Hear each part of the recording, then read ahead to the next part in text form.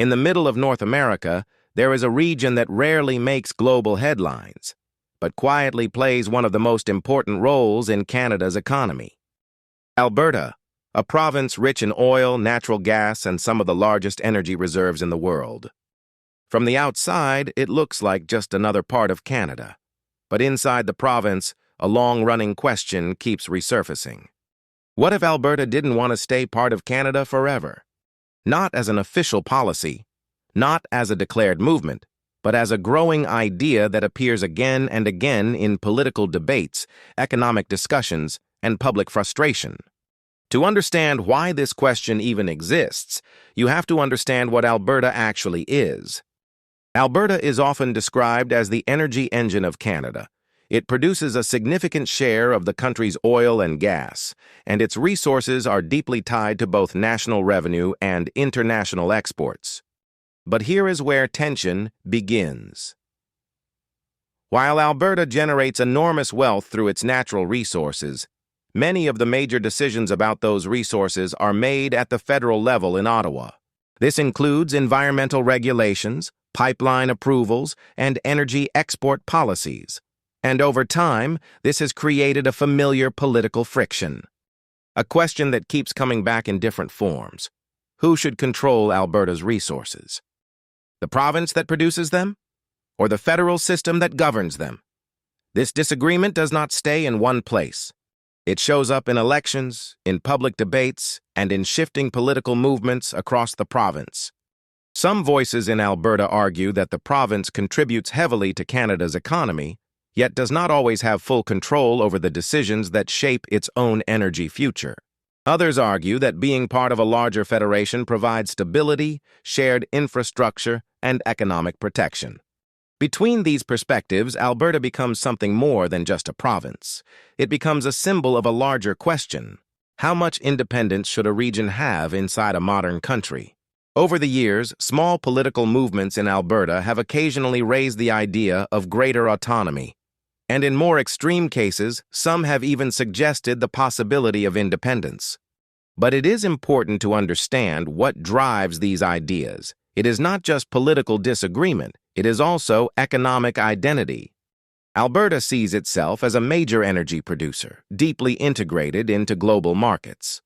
And when a region feels economically powerful but politically constrained, conversations about autonomy naturally appear. Still, these ideas remain a minority position. There is no official path toward separation, and no broad national consensus supporting it. But Alberta's story does not exist in isolation. To the south lies the United States, the largest energy consumer in the world. And here is where the story becomes more interconnected. A significant portion of Alberta's energy exports flow into the U.S. through deeply integrated trade systems. This creates something very important. Interdependence. The United States depends on stable energy imports from Canada. And Canada depends on access to U.S. markets, so any major political or economic instability in Alberta would not stay within provincial or even national borders. In recent months, U.S. President Donald Trump has repeatedly floated the idea, mostly in a provocative or rhetorical way, that Canada could become the 51st state.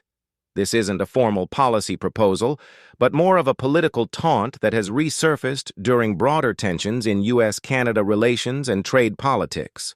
At the same time, Alberta has experienced a renewed surge in separatist activity, with a group recently delivering more than 300,000 signatures to support a provincial independence referendum, far exceeding the legal threshold needed to initiate a vote. However, recent polling indicates that outright independence still lacks majority support, with only around 20–30% in favor and most residents preferring to remain part of Canada. The movement has also sparked controversy due to its increased visibility, including allegations and political concerns that some separatist figures may have maintained informal ties with individuals connected to Trump's circle, which critics view as possible foreign influence. This political friction, however, runs headlong into a complex physical and economic reality. Despite the heated rhetoric of separation, the province remains tethered to the federal framework by more than just policy. Energy, trade, and infrastructure have been built over decades, connecting both Alberta and Canada in ways that are difficult to separate. This is why discussions about Alberta often attract attention beyond Canada, not because of imminent change, but because of what the region represents: energy security, economic stability, and the balance between regional identity and national unity. In reality, Alberta remains deeply integrated into Canada's political and economic system. Its institutions, infrastructure, and trade networks are all part of a long-established national framework. And while political disagreements exist, they have not translated into any formal movement toward independence. Instead, what exists is a long-term tension, a negotiation between regional interests and national unity, a conversation that evolves over time rather than a conflict that reaches a breaking point. So when people ask whether Alberta could break away from Canada, the real answer is not found in headlines or speculation. It is found in the complex relationship between energy, economics, and identity, and in the quiet reality that modern nations are not defined by simple borders alone. They are held together by systems that take decades to build, and even longer to change.